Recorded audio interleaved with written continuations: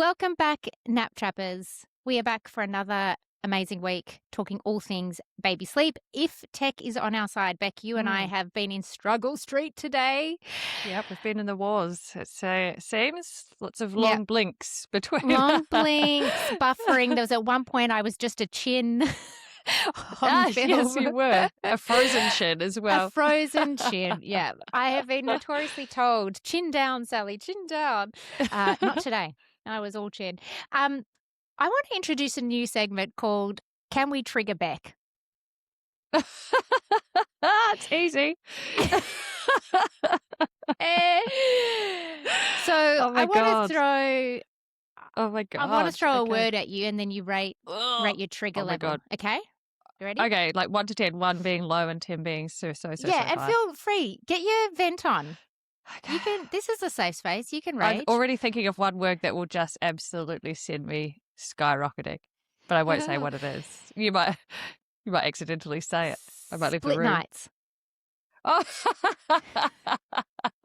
that's not what I was expecting. 9.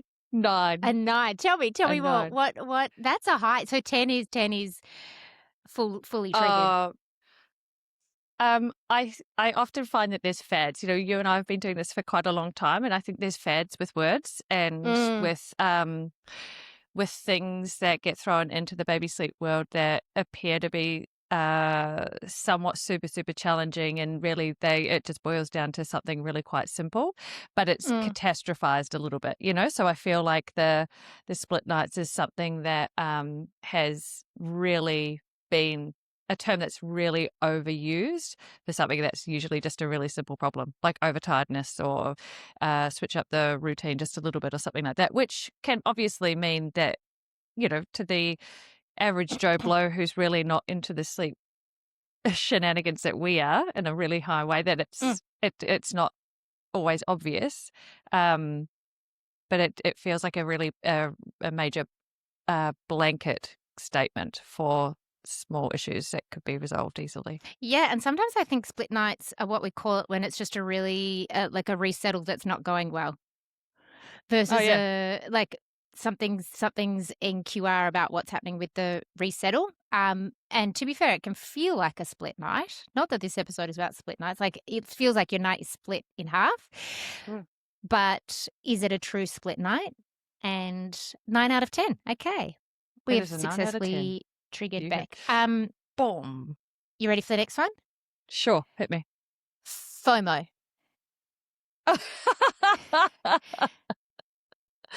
As in, like, when people describe, I've got a FOMO baby. Yeah. Which I laugh. I'm not triggered. I am not triggered by a FOMO baby. I'm not really triggered as such, but I just have a little chuckle. I have a little chuckle. But so I don't want parents to think that they can't put it into their logs for me, because I totally understand where it comes from. That like they're a bit of a Klingon. They like to Klingon. They like to be out and about with mum and dad. They don't really like to be missing anything. They're social, and so that feels easily engaged. Yeah, that's right. And so when you put them down, it feels like no, they really would prefer to be out with us. So I reckon, you know how I was just saying there's fads with words. FOMO was definitely one of them, and I'm going to say maybe 6 to 8 years ago, it was a full massive I've got a FOMO baby, but it's less of that now. I also think sometimes it can be when it's become part of the vernacular for other sleep consultants, it's like a way to excuse or justify or explain why something's not working. It's because you've got a FOMO baby, or if you've got a FOMO baby, then you have to do, this is why that won't work. It feels prescriptive or limiting. It's like a label that isn't required, because as you're explaining, like we totally get, and we work. Those are the babies we work with, because the babies that know that something else way more exciting than sleep is happening are the babies that struggle with sleep. Well, it's interesting that you say that, actually, because it is typically a sleep consultant that has like a big following. It's not just one person. It's, you know, typically this tends to happen if they've got a big following and then they've introduced an excuse or a way of describing why this cannot be fixed, you know, like a FOMO, then that's where it gets bandied around for sure. Like, and that makes sense. The way that you've described it really makes It kind of sense. shortchanges parents sometimes when it's used in that way versus if a parent says it to us, like in our intake forms, we're like, yeah, we totally understand. You're talking more about temperament and Yeah, what you're yeah, that's right. experiencing, like when you're trying to do naps on the go and all of that. I think when it's used by other sleep consultants as a thing, it's like, yeah, but that doesn't mean you can't. You It's can still can't get help. great sleep from a FOMO baby. Yeah, yeah. There's times in my life where I feel like I'm a FOMO adult, but I will still, I can still function. Like I hate missing out on things. Less and less. I Like probably in my do. 20s. In my 20s, I was like, oh, so if everyone's going out on a Friday night, I'm Yeah. absolutely going out on a Friday night. Like I'm not going to be the one staying home. Whereas happily now at almost 45, if everyone's going out, I'd just rather be on the couch. Would be fine. I am fear of going out. I have FOGO. FOGO. If someone cancels plans, I'm like, oh, I'm so sorry to hear that. No, that's okay. Yes. Yeah, that's more I'll be me needle now. pointing in bed in 5 minutes. No, totally fine. Totally fine. We'll do it next time. Okay, I've got one more. I'll Okay. save the rest for next week or another Okay. episode of How Can We Trigger Back. Um, you've got all three oral ties. Oh, They're yeah. no issue, but the baby is not drinking. But you've been told not an issue. Oh, yeah. Okay. 10 out of 10. Trigger, Yeah, trigger, I trigger. knew that. We need a trigger bell. Ding, ding, ding, ding, ding, ding, ding, ding, ding. Oh my God, I cannot tell you how many times this crops up. And it really boils down. Okay, so for example, your child has, so often we'll get children that come in and then we're looking at the logs and we're like, something's not quite adding up here. And it may not be written down in the logs, but we might ask parents, is there any oral restrictions? Have you got a tongue tie, lip tie, cheek ties, any of those sorts of things? And parents will say, oh yes, we've seen the GP said, or my maternal health nurse said that they do, but it's not worth doing anything about. They'll be totally fine. And they're feeding okay. And then and baby can stick their tongue out. That's often another one. But then the red flags are coming into us, like when we're reading the logs, and it's like really short feeds, super gassy, windy, unsettled, waking up multiple times through the night, aversions to things. So like not Yeah. eating sort of particular types of foods, not drinking full bottles, taking ages to finish a bottle or finish a breastfeed. And all these things are clear indicators that actually there is reason to consider getting a second opinion, and maybe it is the functionality of the tongue is really not where they initially thought. So in those scenarios, I always say to families, look, who have you been to see? Because God, I don't want to like put my foot in it. I'm really scared of doing this. In my experience, maternal child and health nurses, GPs, pediatricians are just not equipped. They're not well equipped to diagnose these properly. I would rather you find a lactation consultant, IBC obviously, that specializes in oral restrictions and diagnosing them, or an actual clinic, like a tongue tie clinic if you're in a big city. Because I want if you're experiencing any of those symptoms, it's worthwhile getting the definitive answer, whether or not they say yes or no. And if it's a yes and you decide not to do anything about it, totally fine. But now you've got context. You've got context. Yeah. So, and then if you're given the no by someone who is trained to assess and diagnose and give you all the options and so forth of, hey, your pathway, then with absolute certainty. Okay, well, have I successfully triggered you? Yes, but now I've had a deep sort of breath and I feel fine. I've got that out into the open and I'm into the universe and I'm fine. Feel free, anyone who's got something that you think this could be a fun game, it's trigger back. Send it through. Send it through. I'll know very quickly which way it'll go. The triggery, the better. Well, I didn't expect it to be sleep related. There's Can I ask a Oh, triggering question? It won't okay. be sleep related. Okay, on a Yeah, scale yeah, of go 1 to on. 10. On a scale of 1 to 10, Oh, yeah. how do you rate the word panties? Oh. Is that what you thought I was gonna come in hot? The Yes. first thing I was gonna say on a baby sleep podcast, like, "Hi, everyone, I'm Sally, this is Beck. Beck, talk to me about panties." It wasn't the first thing that sprung to mind. No. Do you know what? I'm not triggered by it. I feel like I used it for a bit in my 20s, but it was a way to distinguish between knickers and something a little bit more exotic.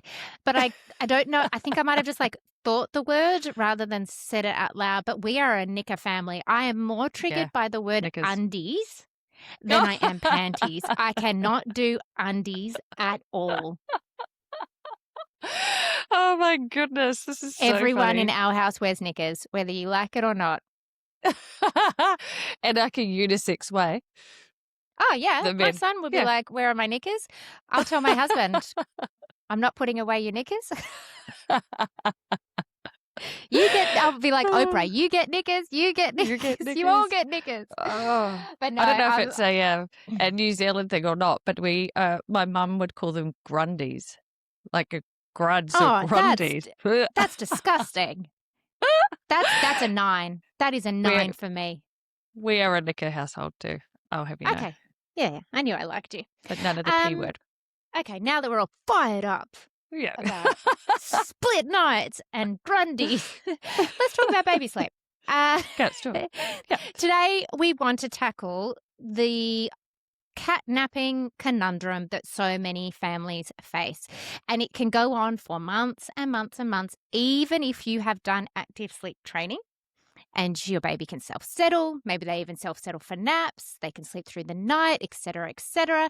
But you cannot get past these 20, 30, 40, 45 minutes, if you're lucky, naps. Mm. And we're going to use a little bit of a case study here to help give us some structure. Otherwise, we're going to get our panties in a twist. Try to talk about it because we've got so much to say. Yeah, that's right. We have to really narrow it down to proper answers. Yeah. Okay. So we're going to talk about baby Noah, who is 7 months old. He's on a 2-nap schedule. His wake windows are roughly 2.5 to 3 hours. He goes down for naps in his cot in a dark room with white noise. He can fall asleep independently at bedtime. But here's the issue. Every single nap is 20 to 30 minutes. Occasionally, one nap stretches to 40 minutes, but that's rare.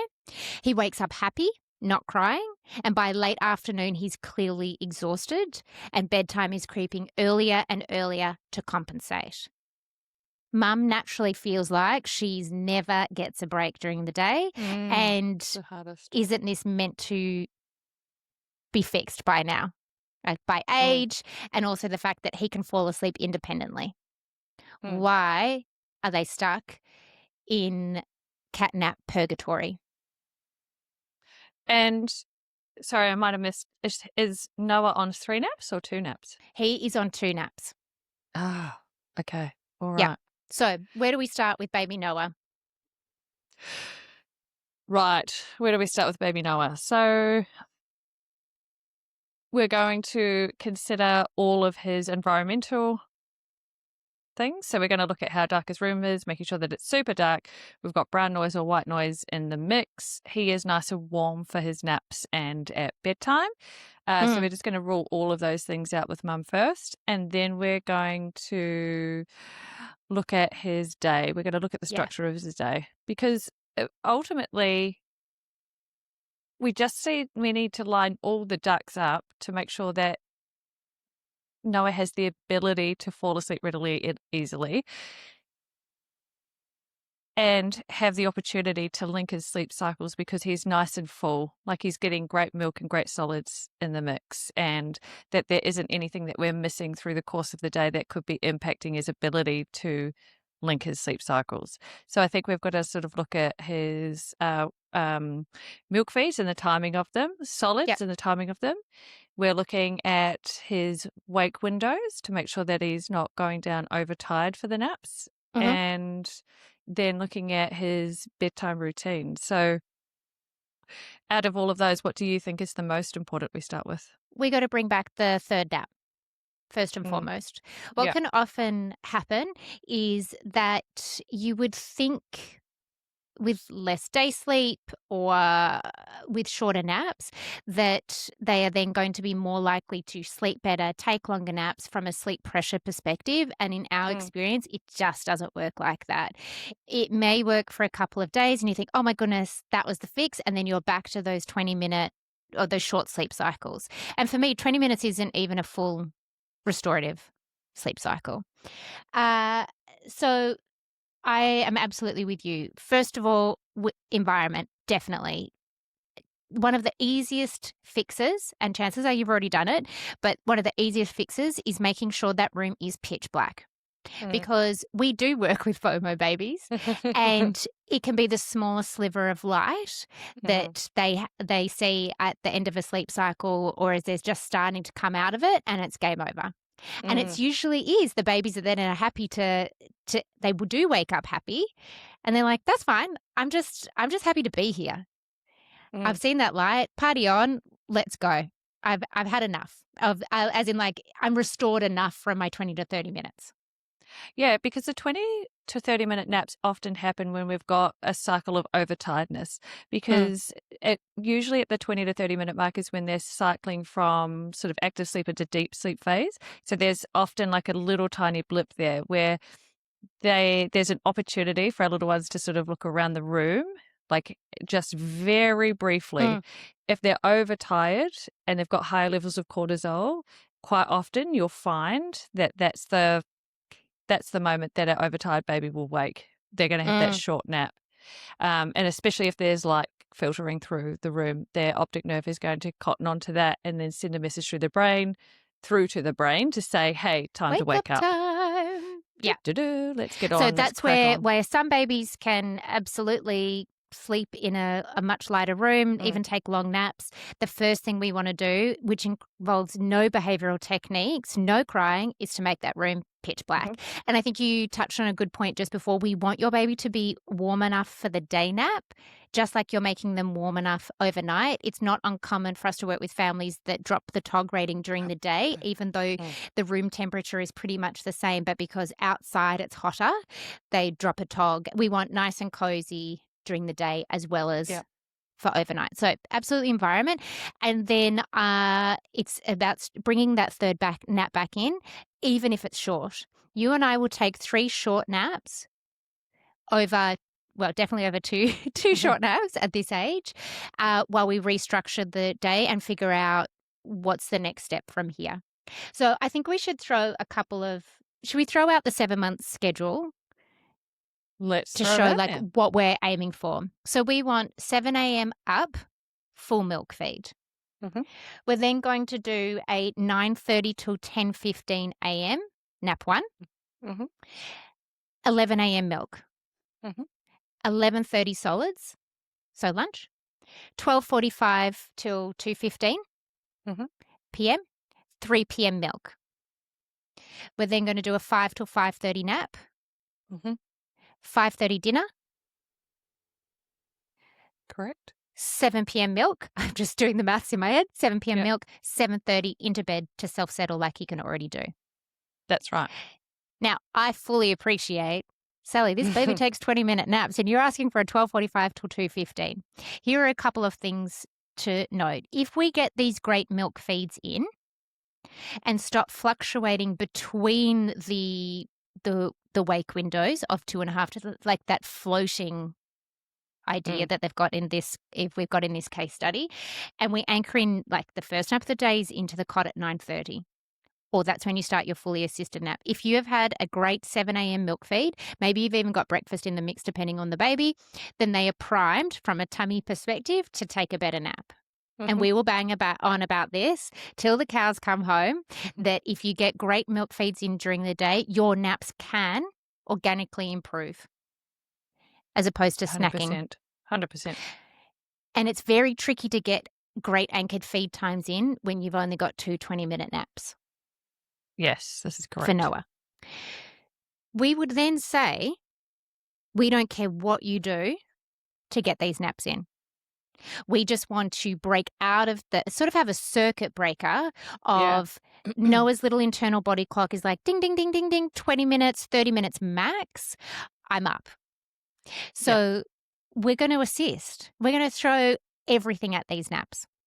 Yep, just release the pressure of thinking that your baby has to self-settle for them in order to Yeah, even you're though we playing the can. long game. Even though we can, Yeah, we're playing a little bit of the long game in order to rectify everything. Everything, it's yeah. almost a stage by stage approach. And so we sort of lend a hand in some ways so that we can take the pedal off in others. So foot off the pedal in other areas. So yeah, so Mm, we would definitely assist the naps just to get the timings right, to start teaching the internal clock that baby can actually sleep for longer periods. It's mm, acceptable to do that. Melatonin is released and for certain periods of the day so that the internal clock wires into being in a dark room for certain amounts of time creates those moments for melatonin to be released released. like in expectation of the naps, but Mm, also they're exposed to the darkness of the room. So it's like a double yes. whammy. Yeah. Um, You could also use the pram with a dark cover. yeah. If you know that your baby only takes 20 minutes in the cot but loves a car nap, we will get you to drive. Mm. We'll get you to drive, backing out of the driveway at 12:40, takes 10 minutes to drift off, and you're pulling back into the driveway between 2 and 2:15. Perfect. It is not a long-term plan, Yeah. particularly with current petrol costs, but we just want to get the naps in, then we Yeah. get you to the next feed, and so on and so forth. Now, there would be a lot of families listening to that and thinking, yeah, I understand that, but I struggle so much with fully assisting and Yeah. Yeah. contact napping or rescuing the nap. Like it can feel like game over. Don't worry. We know exactly how that looks and feels. And what I would say is that day one is probably going to be super messy. Mm. And that's okay. It's Yep. not a fail if you try and rescue that nap and you're in the dark, rocking, holding, bouncing on the football, and baby does not go back to sleep. It's about staying in the dark and Yep. committing to the attempt, Hmm. because then we're going to give you nap 3 to kind of piece the day together. And this is when we'll happily take 3 short naps over 2 short naps to get you to bedtime and to still protect all of these great milk feeds. And then you're going to turn up the next day and try again. And your baby's like, oh, hang on. I have got a fuller tummy because mum keeps feeding me at these 4-hourly times. Yeah. I've had plenty of time down on the mat. That's the other key thing about naps is babies need to exert energy in order to Hmm. not only be tired enough to fall asleep, but to stay asleep. So it's often with like older, not older babies, but subsequent babies, like if you've got multiple children and you kind of just always got to be on the go, Oh yeah. that they end up just getting held a lot of the time, which like we Yeah. totally get. But in the spirit of nap work, down mat time is critical. Hmm. Absolutely.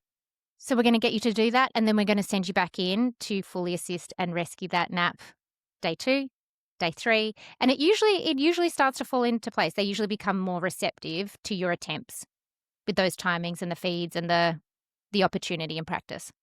Yeah, the first day can feel a little bit overwhelming because you're watching the clock constantly and you're sort Mm, of really focusing on these feeds. And if you haven't had a 4 hour stretch between feeds, quite often that's the hardest point for parents to sort of, move through because they're so used to sort of offering feeds much more frequently. So it's in the back of your mind, you're sort of like, oh gosh, I've got to make the 4 hour mark and I've got to make this sort of wake window and I've got to make this happen. So the mm, first 24 hours can feel overwhelming, but it is so quick to start settling in. yeah, And I always congratulate my clients on the first night. Like when I received that first phone call the next day, you've made it, you've done it, night one yeah, done yeah, and yeah, dusted, yep, first day done and dusted. And it just feels like, okay, we're over the hurdle now, we've yep, started, and we start as we mean to go on. So then it sort of starts to all slot into place, and you'll be so surprised with that, mm. the how swift it is. And in Noah's case, because he can self-settle at bedtime, and I'm going to assume, let's say he's sleeping through the night, um, then we would continue that expectation. So even though we're throwing everything at the naps, absolutely continue to pop him down. Mhm. If anything felt any different, if bedtime became a little bit trickier, if you had some blips overnight that you weren't used to, just know that the context is you've gone and given him a third nap. You've changed his internal body clock to expect something different, and he's just not in on the plan. So whenever we work on days, nights can take a hit. The only thing you do is use your consistent sleep training technique. You don't need to go in and add anything into the mix. If anything, this is the moment for that sleep training technique to shine, so you know that, oh, he really is truly self-settling from a well-rested place. Yeah, and it also means that you get good practice at using the technique again, because Yeah, yep, if you've used it at bedtime or initially to get great sleep happening and you haven't had to use it for some time, yep, it's a really great opportunity to bring it back into the mix so you can yep, create that really clear pattern of response and that expectation around what it is that you're doing. And what it is that baby needs to do. mm, And just a little bit of a refresher in terms of, okay, let's get back up to speed with our response. How are we going to mm, tackle this? Baby gets back on the plan. And then it means that when we've got the nights, looking schmick, we can start then applying it to the naps, because now yep, it's not the foreign concept that it has yep, been. So I think it's great to work in stages. These are all the yes. reasons why we don't just necessarily go straight in with sleep training naps. We just want to Mm, make it as easy as it can be for your yep. little one. The other thing to add on to that is that you may also have had a baby that you've never had to formally sleep train, that Yeah, nights that's just plenty. came good Mm. and they've always self settled for a nap, but they've never linked the sleep cycle. So, incorporating a sleep training technique into bedtime and overnight, if wakings or settling is required, that's fantastic, because now Mm. you've got something to do rather than being like, we've never Mm. had to do this. Yeah. Isn't this episode meant to make us sleep better? And you've made it worse because we brought in the third nap. Hold steady, hold steady. Use a sleep training technique, see it through, because it will all come good.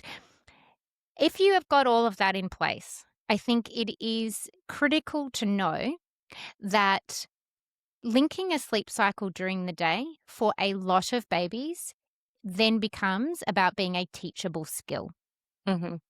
rather than shouldn't it just happen Mm. if we've done all this other work and we know they can self-settle. In our experience, it's kind of the final piece of baby sleep. Like, it's a final piece of the puzzle in a lot of the work that we do, is Mm. consolidating the nap. First comes falling asleep for it, and then comes linking the sleep cycle.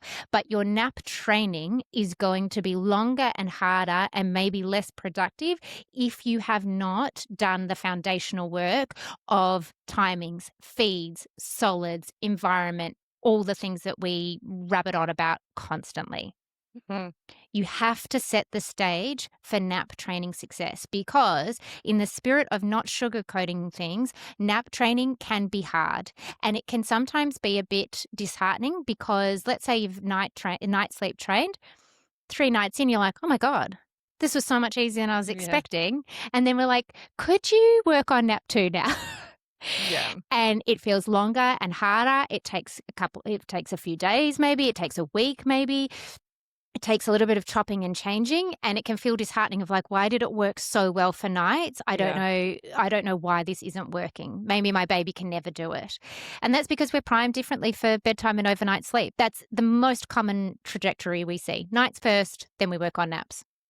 And it's I harder. also think and it's much harder to hear your little one protest in the kind of way that they do through the day, because if they've had a 40-minute nap and you're aiming for, Mm, say, a 2-hour nap or whatever it might be, in this case for Noah, we're looking for second nap is 12:45 to 2:15. So if he wakes mm, after 40 minutes, we're still looking for another 45, really. And mm. it just means that if they've had a 45-minute nap, he's got great gusto at this point. Like, Yeah. he will be, maybe he's not standing in the cot, but he's got lungs, Yeah, and yeah. he'll be very unhappy about the situation. And it can feel really hard if your goal is to lengthen the nap. Sometimes it feels really hard to be out of the room and doing the sleep training when you could just pick your little one up and carry on with the rest of the day and save the tears. But Mm, this is where the work comes in. And if you've got a little one that sleeps so well overnight, this is great. This is Yep. still sleep training. Nap work is sleep training, and you've kind Yes. of got to get your head around the idea that in order for it to get better, you have to be consistent, repetitive, and persistent. Yep. So it's about sort of having the goal in your mind, understanding the why behind why you're doing it, and why if there's going to be tears, we need to make them count. We don't want to waste any tears, because again, in the spirit of not sugarcoating things, sometimes there can be a lot of tears for naps. Yeah, definitely. And it doesn't mean it's a forever thing. It just means that we're asking them to do something that they haven't learned yet. And Yeah. the only way to learn something is to practice. And so we've got And to that give doesn't mean that you opportunities to practice. can't be present. It doesn't mean Yep. that you can't provide reassurance and be really responsive. We Yep. will have a couple of caveats in that when you go to nap train the second half of a sleep. So let's say baby Noah's done 12:45, self-settles beautifully, and hello 1:15, Yep. and we're asking for another 45 to an hour. Mhm. You've got game face on, okay? So Yep. let's say for him, we're going to do sort of a modified furbo. We know he can self-settle. He's 7 months old. He doesn't want to be picked up and put down. Less is more because it is the middle of the day and he has just technically had a nap. So sleep pressure is still there, but less. Yep. And it can just be game over with the more interaction, stimulation that goes on. So we would either get you to do a few timed checks, cot side, nine Noah, and out you go. Maybe a time check at the door, or maybe we'll just get you to walk up and down the hallway, just so he knows that you're there. Then what we are looking for is, or what we usually see is micro doses. Like we're talking 30 seconds, head down. He went quiet. Oh my goodness, he's done it. Nope, psych. He is back up and giving it a red hot crack. And then that happens multiple times. And then he's just kind of up. No problem. We have your third nap to save the day. We get you to bedtime, rinse and repeat overnight. And then you turn up again and you focus on nap 2. Now, at this age and with 3 naps, we're just really concentrating on nap 2. To get it long. Even if he only does 30 minutes in the morning, independent, we'll roll with that. If anything, sometimes it can help nap 2 as opposed to the full-blown 45-minute restorative sleep cycle. We'll take the 30 minutes in the morning. We'll use his wake window to know when nap 2 is, and then we know he's got sleep pressure in the tank. Yeah, that's the beauty of this age, is that we're not looking for 2 massive naps, because then it becomes overwhelming. We just take what we can, like in the morning, focus on nap 2. And often just by having a really concentrated effort on one particular nap, it starts to fall into place much more easily, because again, it's not as overwhelming for parents that they're having to do 2 because major I think the sessions. last thing we want is for you to feel like not only have you been stuck inside, chained to the cot for all 3 naps, all 2 long naps, or that you have just been nap training and night training and nap training and night training and big tears, and you want to throw in the towel, which would be a fair enough response. By staggering it, you're just focusing on one nap. You have nap 3, you can hop in the car, you can go in the pram, you know he only needs to do 30 minutes. It's no big deal. The pressure is reduced, and we're just going to get you to keep turning up to nap 2, and it will come good. The hard thing is we don't have, we just don't have a crystal ball, but we see incremental improvements pretty speedily. So, for example, in a 2-week package, we will have done nights and naps within 2 weeks. And early rising. Yep. So it's not to say, okay, well, you'll be working on nap 2 for the next 6 weeks. With the right plan and the right support, we can have this done and dusted. Some babies also just take to it. They're like, oh, I just needed to know what to do. Yeah, I was just waiting for that. Yeah. Yeah, great. Like okay, no problem. I'll see you at 2:15 tomorrow. It's so interesting when that happens, isn't it? Because it's sort of like, okay, now we're prepared. Okay, we're going to move in stages. This might take a few days. And then the first exposure, pretty tricky. Second exposure, done. Yep. I just sleep the full hour and You're a like, half. And you're okay, like, why right, didn't we do this okay. 3 months ago? Yeah, that's right. But less is more. And so that's the key. This is the time where you not sort of cradling baby and Mm, shushing and patting their head and so forth. Less is more. That's your mantra for naps. You still yep, are, like less you is said, more. you're able to respond and Yeah, reassure at any stage that you want. It's just that we want to have a limit on how much stimulation is being put yeah, into the resettle. Yeah. yeah. Um, and I think also to your point before of it can sometimes be harder during the day to hear your baby do the sleep work and to cry is also because, at midnight, you're not going to just get them up to start their day, or at least we hope you're Yeah. not. Mhm. Whereas, after a 30-minute nap and you're like, "Ugh, let's just get up. Like Yep. we'll just get up, we'll move forward with our wake window. Um, but it's going to reinforce that little internal body clock. Oh, 30 minutes is done because It's something fine. fun Mm, happens. Yeah. it's fine. Um, but just know that it is a teachable skill. Mhm. Absolutely. And that you don't have to be stuck in the world of catnapping forever. But more so, if you feel like you are so not alone. You have not done it Yeah. wrong. Mhm. You have not built a rod for your own back. You Mm. do not have to feel shame that all these other babies are crushing it and your baby has an alarm clock that goes off at 27 minutes. Naps are tricky. Naps are tricky, and some babies are chronic catnappers, and we can My help. yeah, my firstborn, he didn't link his sleep cycles for nap 2 until he was 8 months old. And as a sleep There you consultant, go. like I wasn't a sleep consultant then, but I definitely had many skills. But all the ducks were lined up. Sometimes there is just, you can have it all lined up. Mm, And for whatever reason, physiologically, they're just, I'll do it in my own sweet time. Thank you. But mm. we can maximize their opportunity to, there's plenty of different ways we can offer opportunities to try and encourage them to Yep. do a linked cycle. And looking back now, I know where I went wrong.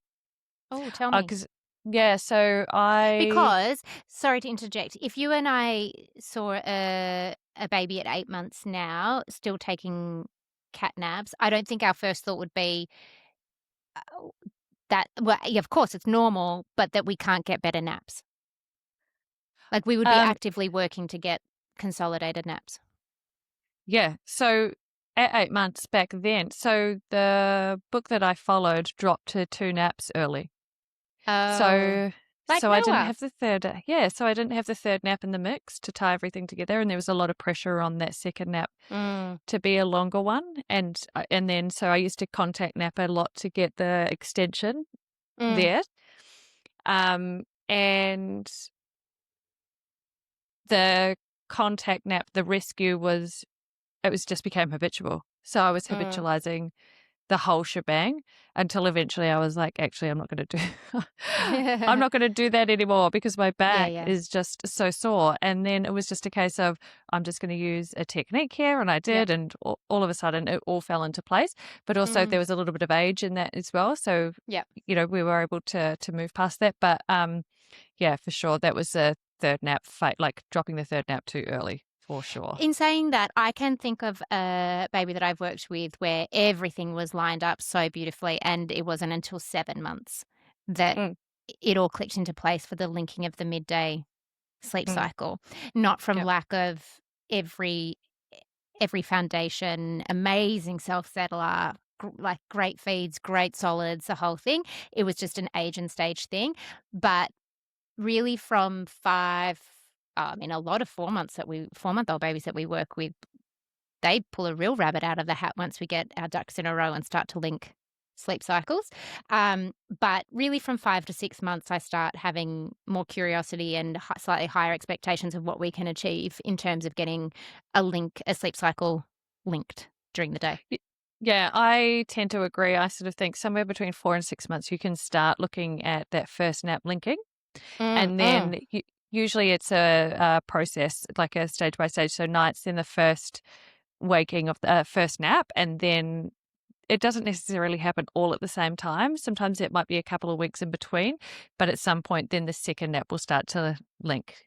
And then you Mm. start, So, so sometimes it's not until 6 months and over that you'll get a second nap linking. Like it's, Which is yeah, part of why we work to the short, long catnap scenario for a 3 yeah, nap baby, is because once a baby shows that they can link the sleep cycle for the first nap, which, as you said, is often the easiest and first nap to fall into place for a lot of babies, is we can be confident in capping it and giving that sleep pressure to nap 2. mm, And then we start to flesh out the second half of the day so that we protect our nights, and all mm, the method behind all of our madness in these podcast yes. episodes starts to play out.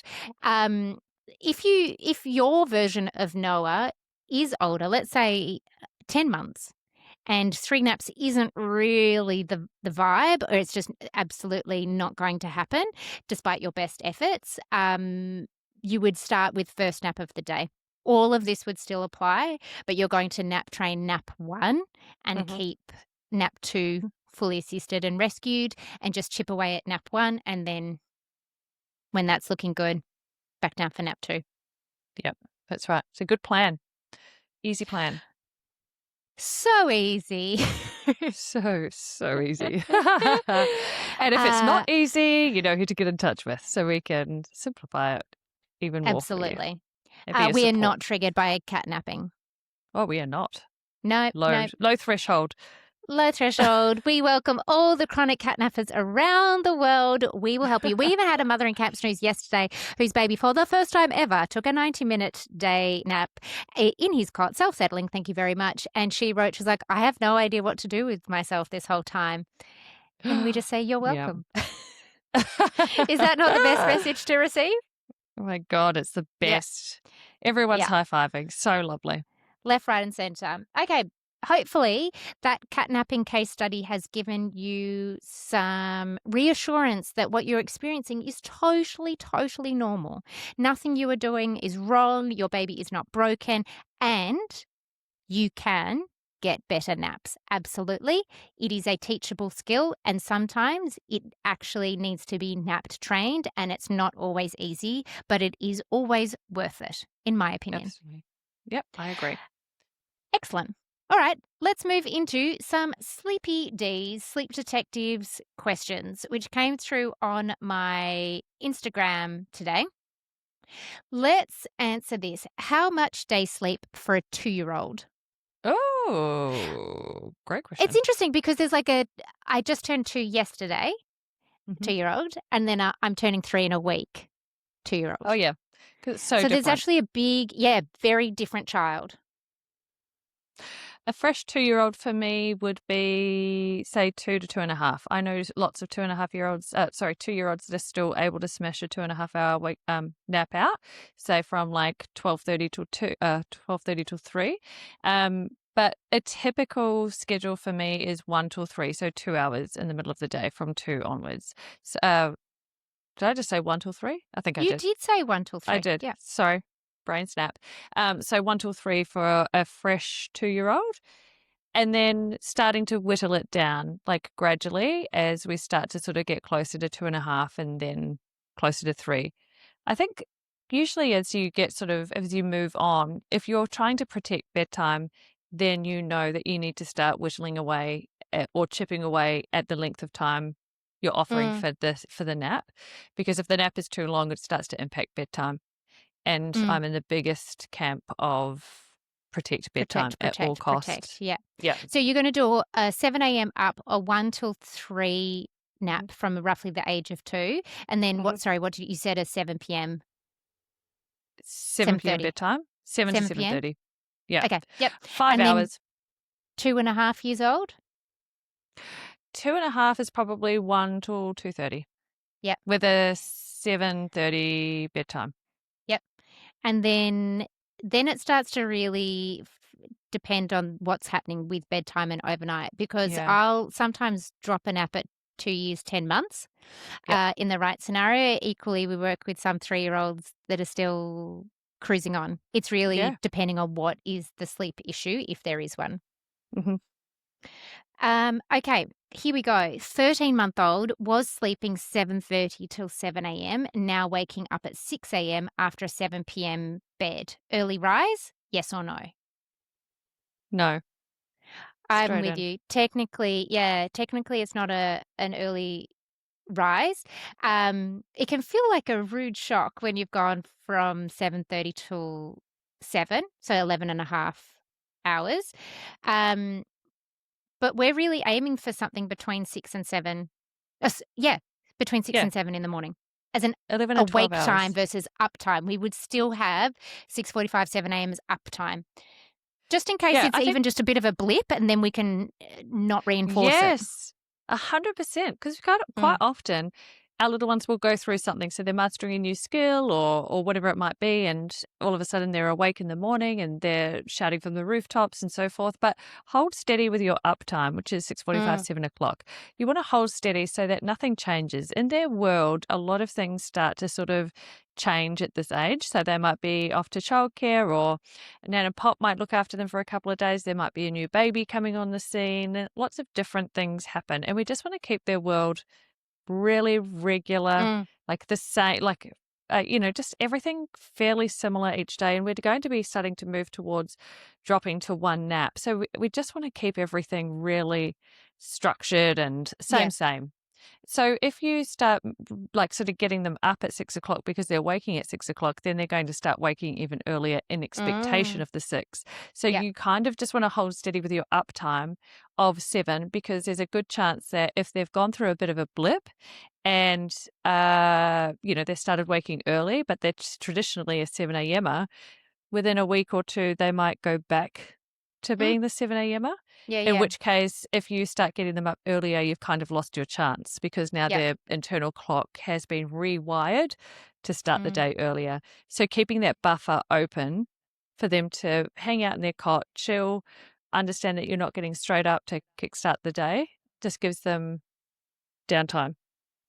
I think also, if you're not already at 13 months old, this is when we would make sure you're on the transitional schedule. Try saying that 10 times fast. Because sometimes what can happen is if your baby is still at this age taking a huge long first nap, let's say 9:30 till 11, and then a smaller one in the afternoon, that can create just that slightly earlier start. I won't even call it early rise, but what feels Mm, like early rising, because the first nap kind of takes away from the early morning. And also, if you're going into the night a little bit overtired from being on a long short at this stage, that also in and of itself can cause things to start creeping a little bit earlier. So it's always good whenever there's a change, do an audit, absolutely. And then if everything else is lined up, you don't touch it.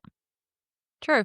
And then maybe just one other area, since we're sort of doing a full audit, would just be have they got enough calories under Yep. their belt? Because sometimes I will often see 13-month-olds eating less than what they did at 8 So months, true. Yeah. when you're spoon feeding. They just become little birds and they just peck at things because they're very busy and a lot of walking at this point in time. And so Yeah. Yep. they're hard to trap in the high chair for long periods of time. So they sort of turn into more snackers. So if you sort of think, oh gosh, that's an element, I don't think that they're necessarily waking up hungry, don't get me Mm, wrong, but there can be some things that you can add into the mix which might just help them sort of feel a little bit fuller for a little bit mm. longer. I'll take that even one step further. If you've had a little bit more of a pickier eater, but are still compensating with milk at this Mm, age, that's also a scenario we see. We would look at pulling back on the milk to encourage more solids, which then those calories and nutrition would carry over mhm. into the night. And warmth. Oh gosh, now it's a whole consult. Um, for something we're not calling early rising, but it's about having this checklist in your head of whenever something happens that feels different, just so that you can go through your own process of elimination and then feel really comfortable with this what's happening and know that it's normal and not something that we need to fix. Um, Also, it's a very transitional age as we get closer to the 2-to-1 nap drop. We really are. It's this constant balancing act between how can we hold on to 2 naps whilst for as long as possible. Sometimes there has to be a little bit of give and take. So if we can keep the 2 naps for as long as possible, but it means we've gone from 7 a.m. till 6 a.m., I would take that over transitioning too early and then, oh God, we really got to fix this problem. So just knowing that part of like the transitional schedule and this age and stage is sometimes something does have to give. And for us, 6 a.m. is absolutely worth it if we're holding on to those 2 naps. Sleep needs change, and also not everything is fixed with a schedule change. Yes. Yep. You know, because quite often we'll receive messages, you know, should I move to the schedule? This is happening. But the audit hasn't been done. The audit has to be done before you can even consider changing schedules, because when you change schedules, there is a sleep pressure redistribution or recalibration. You've got lots of other things that then sort of that stem from that particular schedule change. So you don't want to just do a schedule change willy-nilly. You just want to make sure that you're actually addressing what maybe the challenge or issue is. Yep. Okay. Beck, what have you got for our fast 4 this week? Okay, fast four. Holy moly. Hold on. I look forward to this every week because everyone, I have no idea what's coming at me. Well, hold we on fly to by the seat of our pants over here, particularly when it comes to fast 4. These are current hyperfixations. So I'd like to know. A couple of them maybe aren't necessarily fixations, but we'll see. We'll see. We'll see. Number 1, Sally, I want you to tell me what food you are currently eating on repeat. Ooh, okay. I have 2 things. One is I could order Thai every single day of the week at the moment. Okay. I even have my set order. I will get a pad see ew with chicken, a beef musman curry. I'll even do a red curry if I'm feeling spicy. Oh, yeah. And a coconut rice and curry puffs so that the children can have some. And also I just like a little curry puff snack, and that'll last me a few days. And then I could eat at breakfast, lunch and dinner. Oh, so good. That's and I don't even really care which restaurant. I've never really had a bad Thai order.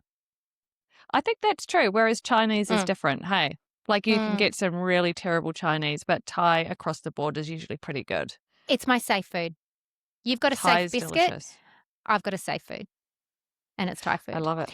The next thing I've been doing, you didn't ask for a second, but I'm on a hyperfixation roll, is that I last week got a big fresh baguette from Baker Blue, which anyone in Melbourne knows Baker Blue.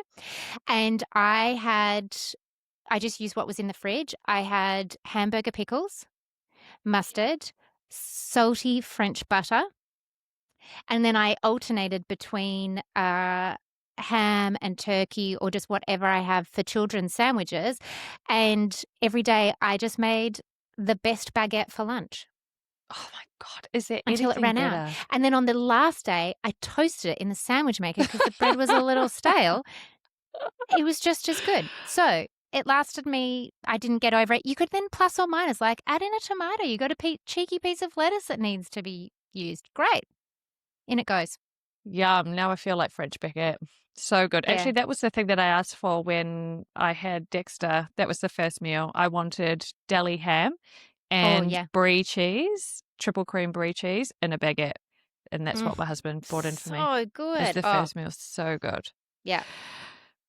My food that I'm eating on repeat at the moment is either I'm going between beetroot hummus and chili and lime hummus.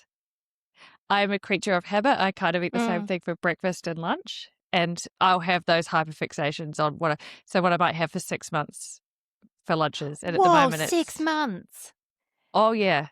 Wow. I love it. Do you know how easy does life become when you know that you're having beetroot hummus for the next 6 months for lunch? So bloody good. In the winter, it's cup of soups. Oh, they're a bit too watery and chalky for me. Oh no, you got to get the water ratio just right. This is where having the cup with the right spoon. Yeah. I knew this is where this is going. Oh my God. Okay. If you know, you know. If you know, you know. I now want to know what show you're obsessed with. Is there anything that you're watching on Netty Oh, yeah, or absolutely. Stan, Paramount, Hold Channel my 9? beer. Here we go. No, I don't have free to air. I do not have free to air. I have been It's not watching. free. Yeah, The Oh my Pit. God. Love The Pit. The Pit. I've never heard of it. Oh, The Pit is it's like OG ER but on steroids, and it actually has the ER doctor, the guy that was a wow. young intern in ER. He is now the attending, the like lead consultant.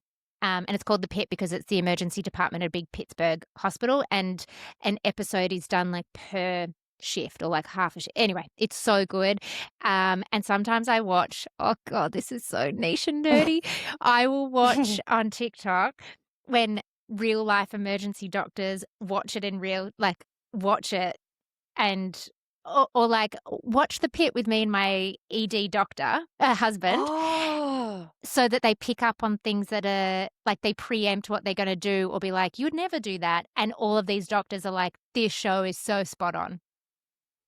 That's awesome. I Yeah, love that. because, Okay. which is why I like this show, because my dad ruined Grey's Anatomy for me.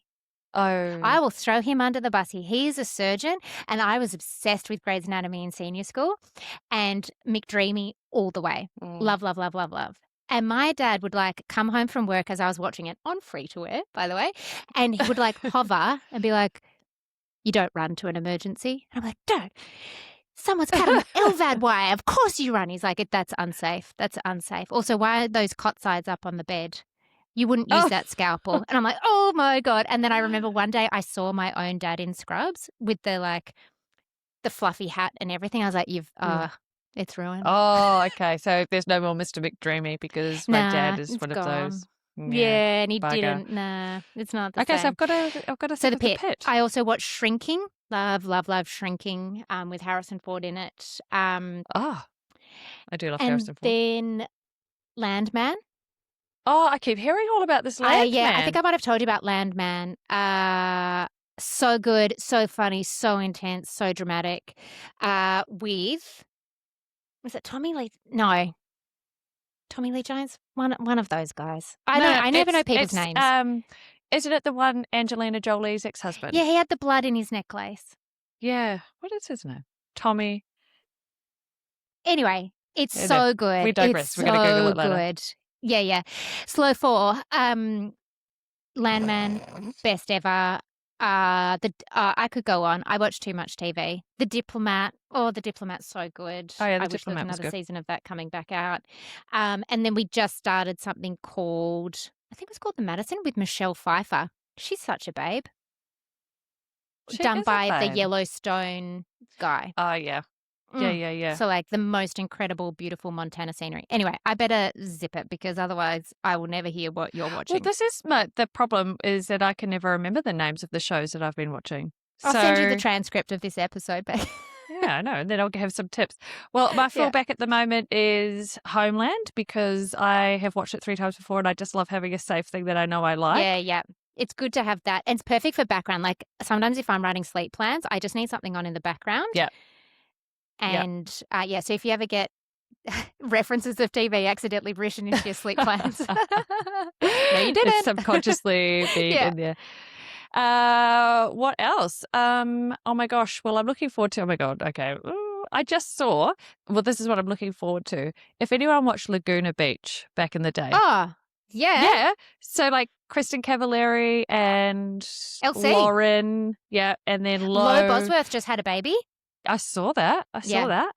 They're doing a reunion or like they're going back. So it's like kind of been 20 years. And then it was it explains that they're going back to sort of revisit some of the scenes and so forth and why it has been really hard for them to talk about it since because some of the things that went on. The city.